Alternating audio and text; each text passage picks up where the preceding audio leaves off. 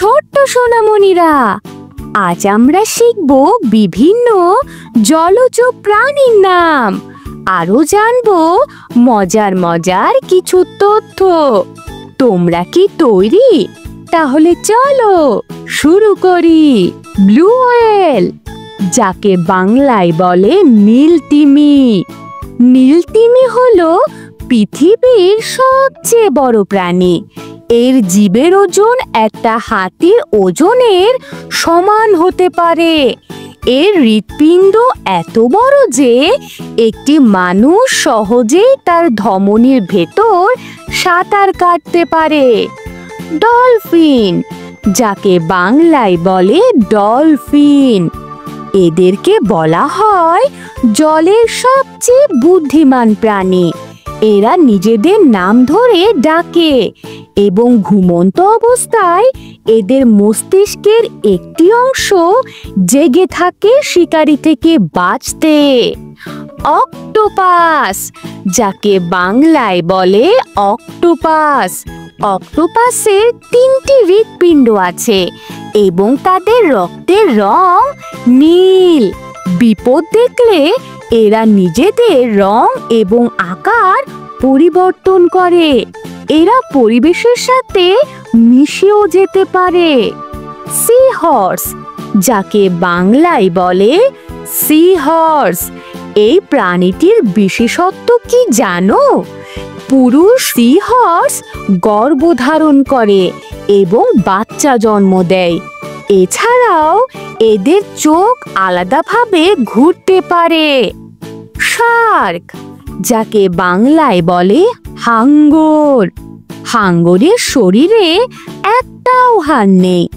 এদের পুরো শরীরটা তৈরি কার্টিলেজ দিয়ে। এছাড়াও এরা প্রায় 30,000 দাঁত হারায় তাদের প্রতিজীবনে।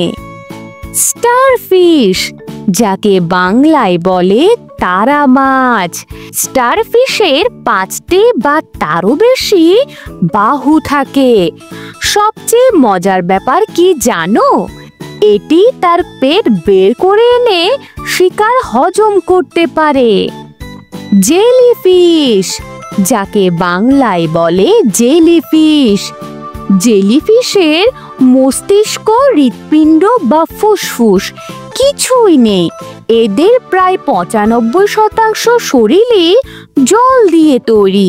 কিছু প্রজাতির জেলিফিশ আবার অমর বলেও পরিচিত। ইরাবতী ডলফিন, এই ডলফিনটির মুখ দেখলে মনে হবে যেন সব সময় হাসছে। এরা সাধারণত নদীর মোহনায় বা উপকূলীয় এলাকায় থাকে এবং এরা খুব শান্ত স্বভাবের হয়। ইলফিশ, যাকে বাংলায় বলে ইল মাছ। কিছু প্রজাতির ইল মাছ বিদ্যুৎ তৈরি করতে পারে। ইলেকট্রিক ইল প্রায় 600 ভোল্ট পর্যন্ত বিদ্যুৎ উৎপন্ন করে আত্মরক্ষা ও শিকার করে। চুতলি, যাকে বাংলায় বলে কচ্ছপ। কচ্ছপেরা তাদের শরীরের ওজন থেকে প্রায় 3 গুণ বেশি বাতাস ফুসফুসের ভেতর রাখতে পারে।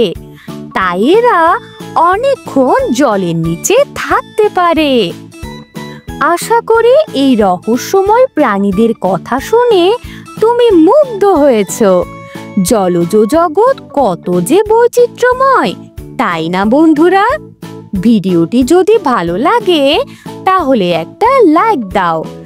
এমন আরো দারুণ দারুণ ভিডিও দেখতে চাইলে এখনই আমাদের চ্যানেলটি সাবস্ক্রাইব করে নিও। এবার বলবো পেঙ্গুইনের কথা। যদিও এরা উঠতে পারে না, তবে এরা জলদস্যুর মতো সাঁতার কাটে। জলের নিচে এদের গতি দেখলে আপনি অবাক হয়ে যাবেন।